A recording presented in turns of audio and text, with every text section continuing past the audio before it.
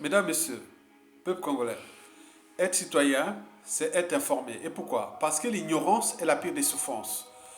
Le savoir et la connaissance libèrent. Être citoyen, c'est d'agir en permanence. Et pourquoi? Parce qu'aucune cause n'est perdue d'avance. Et surtout quand elle est digne, juste, noble, légitime et voire civilisationnelle. Donc sans lutte, il n'y a pas de liberté ni de la dignité d'un peuple. Sans lutte, il n'y a pas de justice rendue à un peuple. Sans lutte, il n'y a pas de paix et encore moins de progrès d'un peuple. Mesdames et messieurs, peuple congolais. Alors, Sassou Nguesso a-t-il souillé le fait et l'état d'être Kani chez les tribus Boshi, Kuyu et Makwa? Et pourquoi? D'abord, pour commencer, il faut faire la différence, décrypter la différence entre Kani et Fokani. On ne peut, on ne peut pas être Kani et à la fois incestueux, immoral, dissolu, voleur, tricheur et assassin. Or, Denis Sassou Nguesso est l'incarnation des comportements de type incestueux, immoraux, dissolus, voleurs, tricheurs, antisociaux et criminogènes, et je dirais même criminels. Par conséquent, Denis Sassou Nguesso a non seulement euh, euh, souillé la qualité ou le fait d'être Kani, mais également détruit cette culture de Kani. Et c'est ce que je vais vous expliquer. Mesdames, Messieurs, peuple congolais. Alors, qu'est-ce qu'un Kani? Historiquement, et au regard des références et des normes culturelles et traditionnelles bantoues à l'échelle des tribus autochtones bantoues à l'échelle congolaise, notamment dans cette euh, euh, zone ou dans ces contrées situées à deux pas de, ou à l'écheval sur l'équateur au Congo-Brazzaville. On parle des tribus Kouyou et Makwa, sont deux tribus bantoues autochtones. Et après, nous avons une tribu alloctone, qu'on appelle les Boshi, la tribu de Sassou Nguesso. Et cette tribu qui fut importée par le colon au milieu du 19e siècle, qui est arrivé dans cette zone, qui a été introduite dans cette zone, et cette tribu a adopté les us coutumes des tribus des Aqua et ou des Makwa et des Kouyou. N'oublions pas les Lukuba voisins sur le fleuve Congo, vers Moussaka, et n'oublions pas les Teke. Donc en réalité, les Mboshi auraient copié plus de 70% de, des traditions Kouyou et Makwa. Et les 30% restants, c'est les autres tribus voisines, dont les Teke et les Likuba. N'oublions pas aussi les Moy. Mesdames, Messieurs, peuple congolais. Donc, qu'est-ce qu'un Kani? Un Kani, historiquement, depuis la nuit des temps, que ces populations vivent dans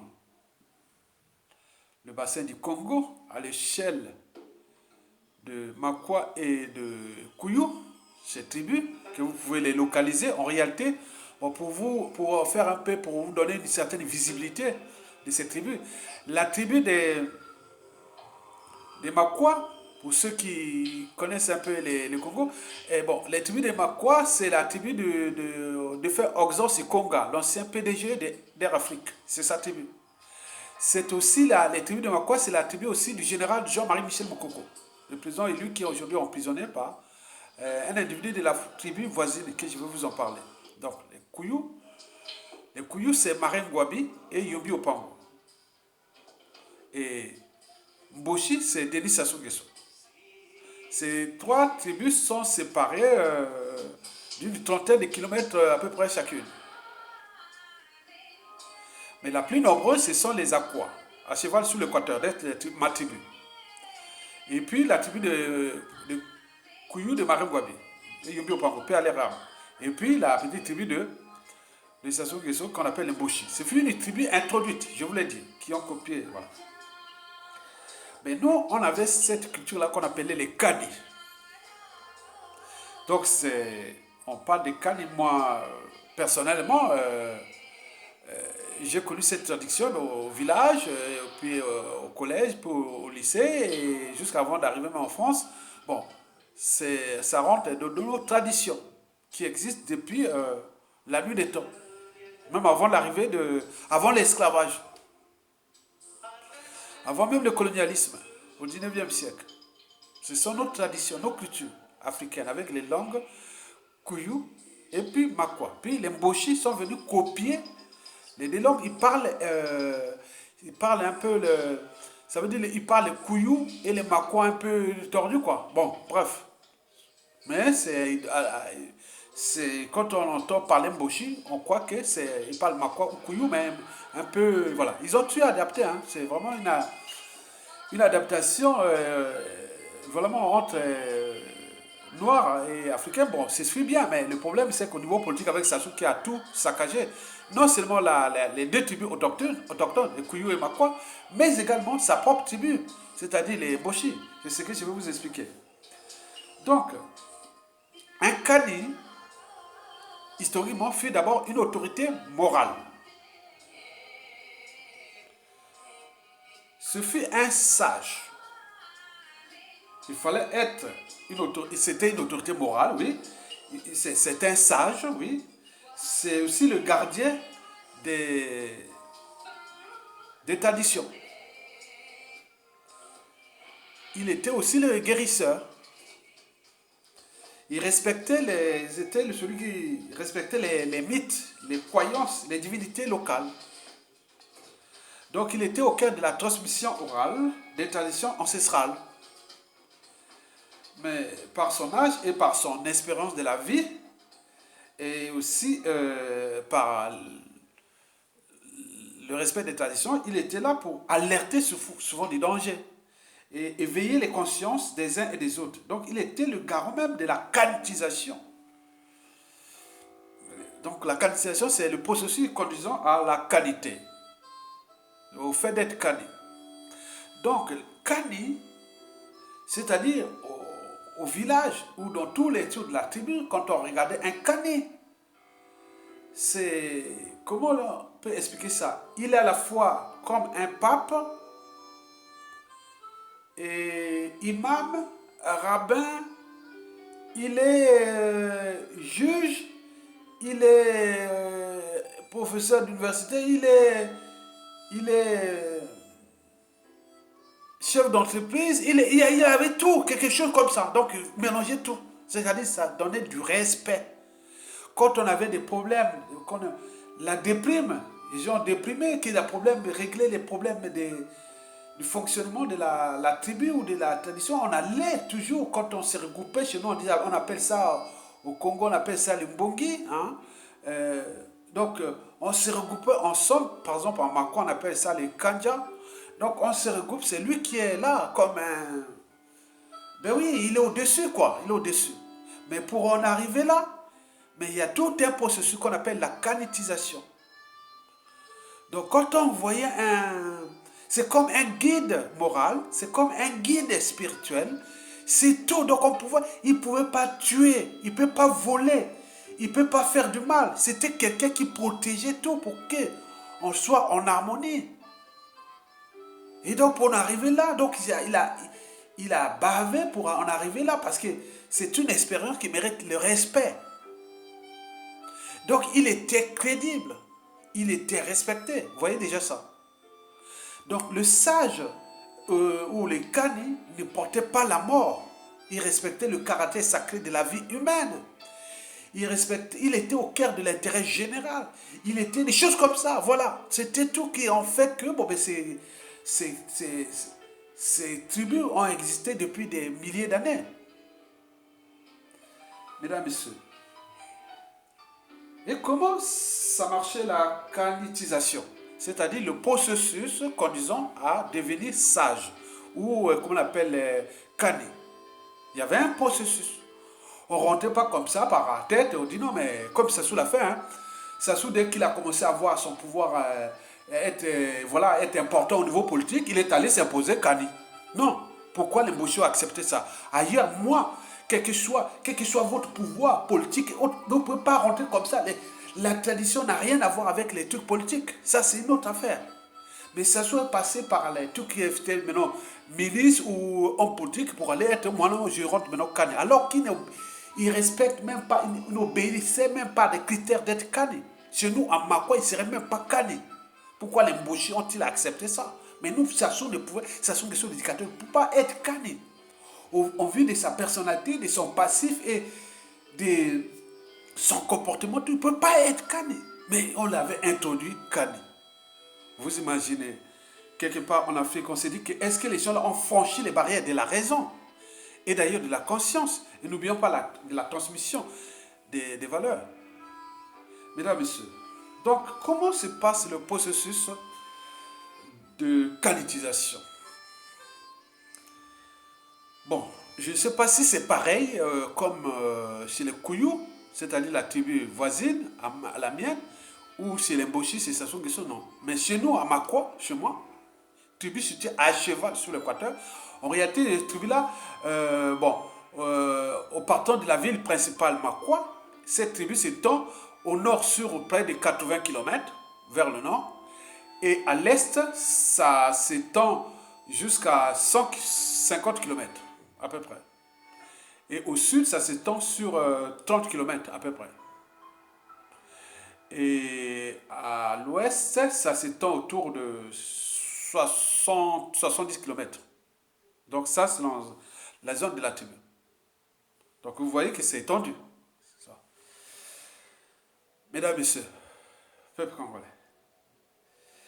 Et donc c'est la tribu des Aquas que je vais prendre par exemple pour l'exemple, puisque je connais, c'est ma tribu. Puisque j'ai vécu, j'ai vu de loin ou de près les rituels, tous les mécanismes d'intronisation, des tonisations, des canis et autres. Voilà, j'en ai vu. Et donc,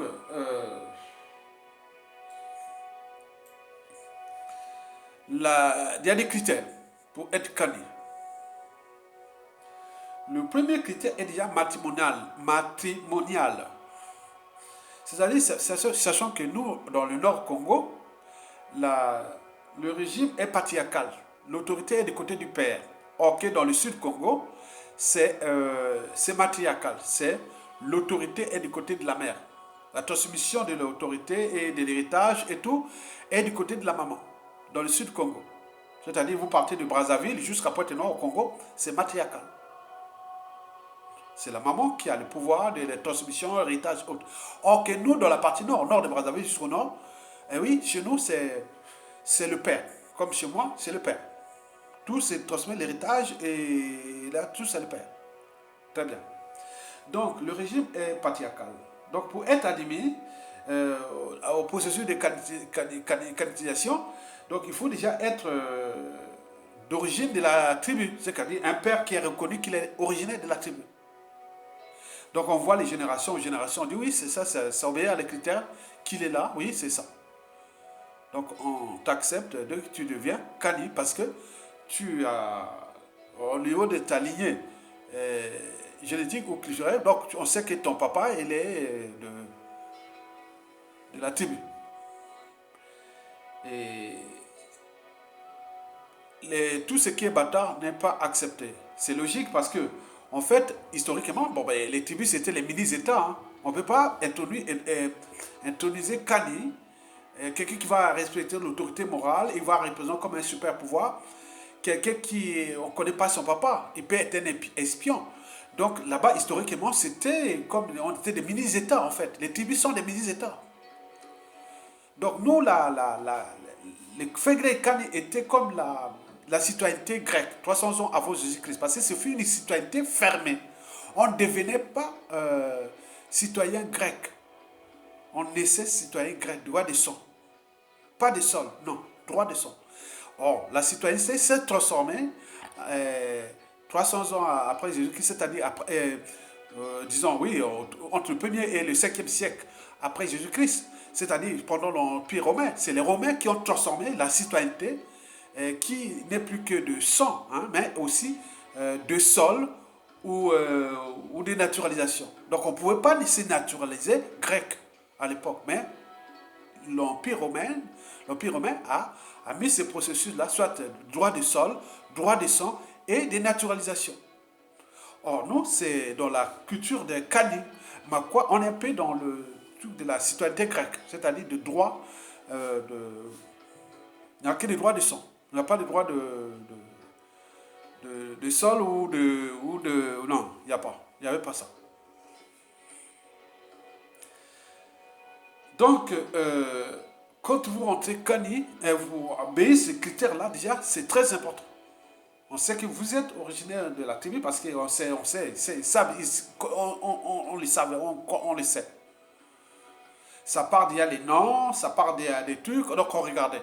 Et puis, le plus important, c'était il faut éviter que vous soyez un bâtard. Et les bâtards étaient déjà connus, on sait que ça, c'est un enfant bâtard. On ne connaît pas son papa. Donc, ça ne veut pas dire qu'on ne te respectait pas, mais tu étais là, mais pour la Kani, tu n'as pas ce droit-là. Même si tu es vraiment 100% l'enfant de la tribu, même adopté ou mais tu es de la tribu, tu es intégré de la tribu, mais au terme de transmission des valeurs de la culture, tu n'as pas le droit à être Kani. On est d'accord? On te respecte, même un enfant bâtard, elle est respectée. J'ai vécu avec plein de copains bâtards, on était là, tout tranquille. Il n'y avait pas de fou. Mais au terme de culture, non. Même je pourrais être avec un ami bien, on est bien, mais au terme de respect de la culture, on ne parle pas, c'est comme une forme de ségrégation. Donc, peu d'inégalité, quoi. Moi, voilà, on s'est séparés, bon, attendez, nous, on va d'abord régler la... Pourtant, on est là, même enfant, on fait la même culture, mais pour ça, mais tu dois rester à côté, voilà, c'est comme ceux qui sont étrangers, donc qui sont de la nationalité, quoi. On était comme ça, et pourtant, on est tous des humains. Bon, c'est un peu comme ça. Le deuxième critère, c'était le critère moral. Donc on respecte le sens, parce que les Kani étaient une autorité morale. Donc la moralité avait une grande importance. C'est-à-dire, pour être admis, il ne faut pas être... On n'a pas constaté que vous êtes incestueux. Non, on n'acceptait pas ça. On n'acceptait pas quelqu'un qui a des violences conjugales. Parce que chez nous, les Kumakwa, la femme a une grande importance sur l'homme. C'est-à-dire, c'est une forme d'égalité. Hein, d'égalité de tout ça. Il n'y a pas l'homme au-dessus de la femme. On n'a pas ça dans nos têtes. On n'a pas ça. La femme est égale. La femme peut se marier, divorcer, faire ce qu'il veut. Chez nous, c'est comme ça. Donc, celui qui battait sa femme, violence conjugale et tout compagnie, qui fait toujours ces trucs-là, bon, il n'était pas accepté. Non. Et... surtout le côté aussi immoral, hein, et dissolu. Bon, vous êtes voleur, vous êtes assassin et tout, c'est interdit. Non, dès que c'est considéré que vous avez fait ça, non. On ne vous acceptait plus dans le critère. C'était cycle, hein. Et ça se faisait naturellement par l'Assemblée. Hein. Pendant l'Assemblée, elle dit non, maintenant, celui-là, on a choisi Kani. Parce que ça se faisait après la disparition des Kani, il fallait remplacer un autre Kani. C'est souvent ça. Après la disparition des Kani, il fallait remplacer un autre Kani. Et ça s'est passé par une assemblée. Oui. Et après, on savait bien que celui-là était déjà admis, quoi. Comme les conclaves chez les papes et autres, on passait les temps pour choisir le futur, quoi. Mesdames et messieurs. Donc, il avait un poids de la tradition sur son dos. Hein. Donc, il ne fallait pas échouer. Le troisième critère, c'est culturel. Donc, il fallait avoir une bonne connaissance et des respects des traditions orales, culturelles et autres. Raconter des contes, des faits, tout ça. Il savait bien tout faire. Il était un peu polyvalent. Il pouvait faire tout. Il est pêcheur, chasseur, agriculteur. Il est tout. Donc, il fallait être un peu polyvalent. Voilà. On aimait celui qui a une culture générale, quoi. Voilà, ça c'est très important. C'était très important. Mesdames et messieurs, ceci dit, après avoir validé ces critères précités, donc vous pouvez rentrer carrément dans le processus de canitisation. Donc vous devenez le fait pour arriver à être cani. Donc c'est ce qu'on appelle la canité. Bon, moi par exemple, quand en 1981 j'étais encore adolescent, on m'avait déjà autorisé. J'étais devenu autoré. C'est un autre rituel qui fait une valeur ajoutée. Si je devais demander un jour, si j'étais là-bas, dis non, mais je me veux Kani, déjà on sait que tu es déjà les nôtres parce que tu as déjà été au Touré. Au Touré, c'est qu'on servait que Aïa, Tonga, Isidore, c'est le nôtre, la tribu. Ses parents, tout ça, sont 100% de la tribu depuis les générations. Donc, moi, j'ai été autorisé en 1981, j'étais encore adolescent. Ça s'est passé à 20 km sur la nationale 2, en allant vers le nord. Hein.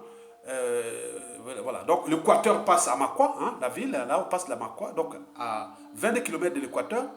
Donc, c'est là où j'ai été autorisé. On m'a mis au Touareg, mais si je serais au village, je serais là-bas, je serais déjà incarné. Mais vous, comme je suis à l'étranger, je ne veux pas me forcer comme ça. Je peux être là pour donner les cultures, mais je ne peux pas me forcer parce qu'il y a tout un processus, il faut faire beaucoup de choses encore. Moi, je peux arriver comme ça parce que je suis déjà, on m'a même introduit, non, que j'ai pouvoir ou non. Moi, je ne veux pas déjà m'accepter ça. Il faut que je remette d'autres valeurs, d'autres choses que je dois encore faire, même si j'ai des critères, mais il faut que je remette, que c'est passé. Il y a beaucoup de choses à étudier pour être là. Donc, mais ça se l'a détruit. Donc, chez les Makwa, chez les Kouyou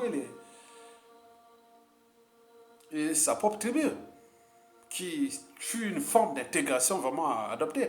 Mais il faut se dire que même chez les Mboshi, c'est un peu différent parce que les Mboshi, les Boudji sont différents des Mboshi d'Oyo, Dou et Bouya. C'est vraiment typique. Parce que s'il n'y avait pas Sassou Nguesso là, les références des Mboshi seraient les Boudji. Vous savez, le Jacques Opango, du Parti socialiste congolais ou africain, des années 50. Avant l'indépendance, c'était les pères de l'indépendance du Congo d'ailleurs. C'était les gars de Boudji là-bas. Pour ceux qui connaissent le Congo, ou les gens qui écoutent des vidéos de l'Afrique, vous avez l'ambassadeur du Congo Brazzaville à Paris, il s'appelle Rodolphe Adada. C'est originaire de Boudji. Et ce sont des gens-là, mais je ne sais pas comment ils ont baissé leur fonction cognitive pour se transformer à des gens comme les Sassou de la partie de Dou, Oyo, Obouya, de Atibi. Mais là, c'est vraiment. Même comme chez nous à Makwa, hein, avec les films Ayessa, bon. Il y a toujours des gens, des prévus gardés dans la tribu, hein. Bon, comme dans la famille et tout compagnie. Vous avez tout compris. Mesdames, messieurs. Donc, après avoir rempli ces critères-là, bon, ben, vous pouvez commencer maintenant le processus d'être canitisé. Donc, vous devenez cani. Donc, vous passez par un certain nombre de rituels. Donc, c'est un processus d'intronisation.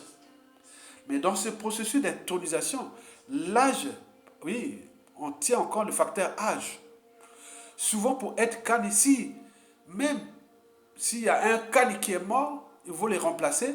Mais celui qui va les remplacer, il doit être à la limite entre vieux et vieillard. Vous savez comment ça veut dire? Ça veut dire entre le troisième et le quatrième âge, aujourd'hui. Mais nous, à l'époque, là-bas, c'était entre le deuxième et le troisième âge, quoi. Donc, maximum entre 40 et 50 ans, quoi. Ou minimum, c'était 40 ou 50 ans, hein, minimum. Et après, jusqu'au haut, quoi. Donc, vous avez tout compris. Donc, l'âge tient beaucoup parce qu'on pense que, bon, ben, monsieur a déjà aguerri, il a affûté, il connaît beaucoup de choses, il sait raconter des choses, il sait faire la paix, il sait réfléchir, il est sage, il est calme, il est... Voilà, donc il y a beaucoup de choses comme ça. Et donc l'intronisation se faisait directement c'est par des rituels, hein. Souvent dans un hangar, chez nous on appelle ça les kanja. Et bon, on ne pouvait pas avoir deux kani dans la même famille et dans un village. Non, on peut avoir deux kani. Même une même famille peut avoir deux ou trois ou quatre kani, mais des différents villages. Mais pas dans le même village, même famille, non. On peut avoir un kani dans la même famille, non. Et déjà dans un village, pour être cani, s'il y a 60% de la population dans un même village, il pouvait y avoir peut-être un ou deux, trois cani, pas beaucoup, dans un même village. Pour un village, par exemple, de 100 personnes, bon, 100 familles, il pourrait avoir un ou deux, au minimum trois cani, pas beaucoup. Donc, vous voyez déjà la sélection et le poids de... Parce que vous portez le poids de la tradition. Et donc, bon, les femmes n'avaient pas le droit d'être canées, ça c'est sûr. Mais les canées, dans la tribu des Aqua, je vous rappelle que, si vous connaissez chez nous, les femmes ont une liberté totale. l'égalité homme-femme est respectée. Mais le paradoxe, c'est qu'il y a la polygamie. C'est ça le problème. Il y a pas le problème, mais ça, elle est aussi acceptée par les femmes. Mais pourtant, ils ont une seconde liberté de choisir qui je veux, partir quand je veux. Mais ils acceptent aussi le poids de l'attention, la polygamie. Mais on pouvait être canné sans être polygame. Ou si vous êtes polygame ou non, on pouvait être canné. Ça n'a pas de porteur sur... Mais ce que j'ai oublié, parce que est-ce que celui qui n'avait pas de femme pouvait être canné? Non. Qui ne s'est pas marié ne peut pas être canné. Il fallait au moins être marié. Ou voilà, donc il fallait être au moins en couple. Ou même si bon, la femme est morte, et après, bon, ben, tu restes bon, veuf, ok. Mais souvent, on voulait toujours quelqu'un qui a... Il fallait au moins avoir en couple, quoi. Et quand tu avais des enfants, plus d'enfants, voilà, donc c'était aussi ça. Et il faut se dire qu'il y avait aussi des genres de mariages arrangés entre les lignées de Kani. Bon, c'était quelque part pour faciliter la transmission, mais également protéger la tradition. Mesdames, Messieurs, peuple congolais, revenons au cas de Sassou Nguesso. Pourquoi a-t-il souillé le fait d'être Kani ou l'état d'esprit d'être Kani? Parce que Sassou Nguesso, bon, on a abusé du fait d'être Kani, puisque déjà, il est arrivé par des conditions qui ne sont pas, par les critères qui ne sont pas normaux. Il est passé, dès qu'il il s'est posé déjà dans la tête, non, je veux abuser de cette culture-là parce que le fait d'être calme, donc les gens ont peur. C'est comme on a peur de son curé, de l'imam, du gourou, ou de tout ça. On a peur de ce qui représente l'autorité morale. On a peur du magistrat, du juge. On a peur des pouvoirs et autres choses comme ça. Donc on a perdu ça dans la tête, tu voyez. Et donc lui, on a abusé de ça pour s'introduire Kani. Je ne sais pas si c'est passé dans les années 70, je ne sais pas, ou voilà, à peu près par là. Bon, dès qu'il a commencé à être important, bon, ben, il s'est canétisé. Lui seul, tout vite fait, appeler les gens, bon, ben, avec l'argent, il le fait. C'est ça qui remet en cause notre niveau de raisonnement et de conscience d'ailleurs. On sait qu'on a des cultures, pourquoi il y a des trucs qu'on ne peut pas accepter, ça, on ne peut pas. Pourquoi le fait ça? Pourquoi ces gens-là ont laissé faire? C'est ça le problème. Mesdames, Messieurs. Donc, en réalité, Sassou Nguesso a transformé les Kani en faux Kani, donc en faux sages. Or que la sagesse ne consiste pas à transformer les gens en ce qu'ils ne sont pas, mais à accompagner leur espérance de vie. Or que l'espérance de vie est d'abord culturelle. Et nous avons nos traditions, nous avons ça. Il faut les respecter, c'est notre socle de nos racines. Mais pourquoi détruire nos racines? Donc il avait cette ambition de détruire les racines. Ce n'est pas tout. Ce n'est pas que saccagé à l'échelle de la région, c'est-à-dire les Kouyou, les Makwa, les Mochi, c'est lui. Mais il a saccagé aussi les Teki voisins. Il allait prendre les trucs, vous mettez les photos de s'asseoir avec les Teki qui lui donnent des pouvoirs, il s'assoit sur les peaux de panthère et autres, que nous appelons en Makwa Ngwe. Ngwe, c'est la panthère.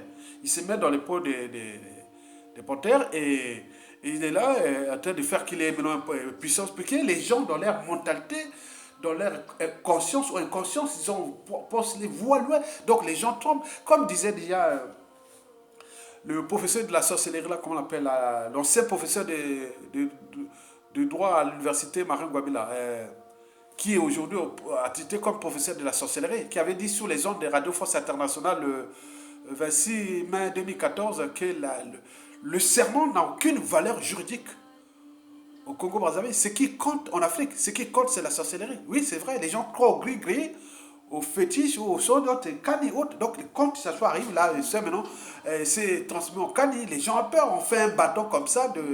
Donc, il y a des choses comme ça qui sont nos cultures, nos traditions. Il ne faut pas les perdre. Mais lui est venu, on a abusé, on a abusé de sa tribu-là, et les tribus voisines, dans les Téké, mais n'oublions pas, il est allé chez les Larry Congo. Il en a abusé là-bas. Il allait jusqu'à dans la Likumo. Il en a abusé. Il en a fabriqué des faux sages partout. Dans la Bouenza, il est allé chez jusqu'à dans le Niari, et n'oublions pas là où ils s'amusent comme ils veulent, c'est les villes à Pointe-Noire, Quilo. Donc tout a été saccagé, injustement. Donc heureusement que les langues sont encore là, les gens parlent encore les dialectes, et où sont là. Heureusement qu'il y a encore des villages, donc on peut tout transformer après Sassou Nguesso. Donc il suffit que Sassou quitte le pouvoir pour que nous puissions remettre ces valeurs, non pour dans le cas des institutions nouvelles et qui se préparent. Nous devons remettre ça dans le sens que nous avons déjà étudié, c'est-à-dire les rapports entre le pouvoir local, régional et national, avec les régions semi-autonomes, intégrant la dimension bioculturelle. Et donc tout ça, vous voyez ça compliqué. Cela veut dire qu'on a pensé que bon, ben, demain, pour le suffrage universel du président de la République, ce sera au suffrage universel indirect. Mais le pouvoir au Congo, sur différentes échelles, ça va se passer entre trois forces. Il y a le pouvoir politique, qui va prendre 30% du pouvoir. Il y a le pouvoir de la société civile, qui va prendre 30% du pouvoir. Et 30% restant, ou 40%, c'est le pouvoir tribal. Il y aura ça, il y aura les pouvoirs tribaux. Nous aurons les radios tribales, beaucoup de choses qui vont se faire pour qu'il y ait une diversité de régions, une diversité des cultures, parce qu'on ne va pas aller vers la standardisation de nos cultures. Non, non, on ne veut pas la standardisation, on ne veut pas la globalisation. Nous devons garder cette diversité qui est propre à nous parce qu'elle va nous protéger. Et demain, si nous ne la protégeons pas avec les mécanismes de globalisation et des instances globales et tout compagnie, on va être que bon, ben, tout le monde parle anglais ou que français bon, ou chinois et on ne sait même plus qui est. Donc, ok, c'est leur langue, c'est pas nous. Donc, nous devons nous battre à protéger. Non. Donc, tu disais au Congo, nous avons 65, ce sont 7 tribus. 67 tribus regroupées autour des 7 groupes ethniques. Mais à l'échelle africaine, nous avons plus de 2500 tribus. Qui fait qu'il y ait cette diversité africaine qui est là. Donc moi, je l'ai parlé là dans le sens de ma tribu. Je voulais seulement dire que Sassou est venu détruire le Congo. Et donc, si vous ne prenez pas conscience des enjeux de se battre, de désobéir, de résister et de se révolter contre l'injustice, l'oppression et la barbarie, on voit les résultats. Sassou, un autre mortel, il va partir tranquille, il a tout saccagé. Mais demain, quand nous allons voir distinguer le pouvoir tribal et autres, comme on voit, l'esquisse s'est passé quand même quelque part. Nous, bon, il reste un peu chez nous, un petit peu du côté des Luango, mais les gens qui ont essayé un peu de modifier ça avec un peu de folklore que je n'apprécie pas, mais c'est souvent au Cameroun avec les chefferies. On le voit dans tout le Cameroun, que ce soit chez les Bamileke, surtout du côté des Banganté là-bas, et, ou même de Bafon, ou bon, aller même au Bénin, on est même partout, il y a des choses comme ça. Donc il faut aller vers la diversité là, entre le folklore, entre la culture, entre le tourisme, entre les valeurs ajoutées, tout ça, il faut garder ça. Donc j'ai fait cette vidéo pour partager ce savoir et pour laisser aux générations actuelles et futures toute cette histoire. Parce que l'avenir, c'est tout simplement le passé et le présent qu'on ignore. Et que l'espoir se donne et la mémoire se transmet. Et qu'il n'y a pas de mobilisation profonde du citoyen sans un rêve commun, des lendemains à construire et des futurs à édifier. Tant qu'à faire. Mesdames, Messieurs, je vous remercie.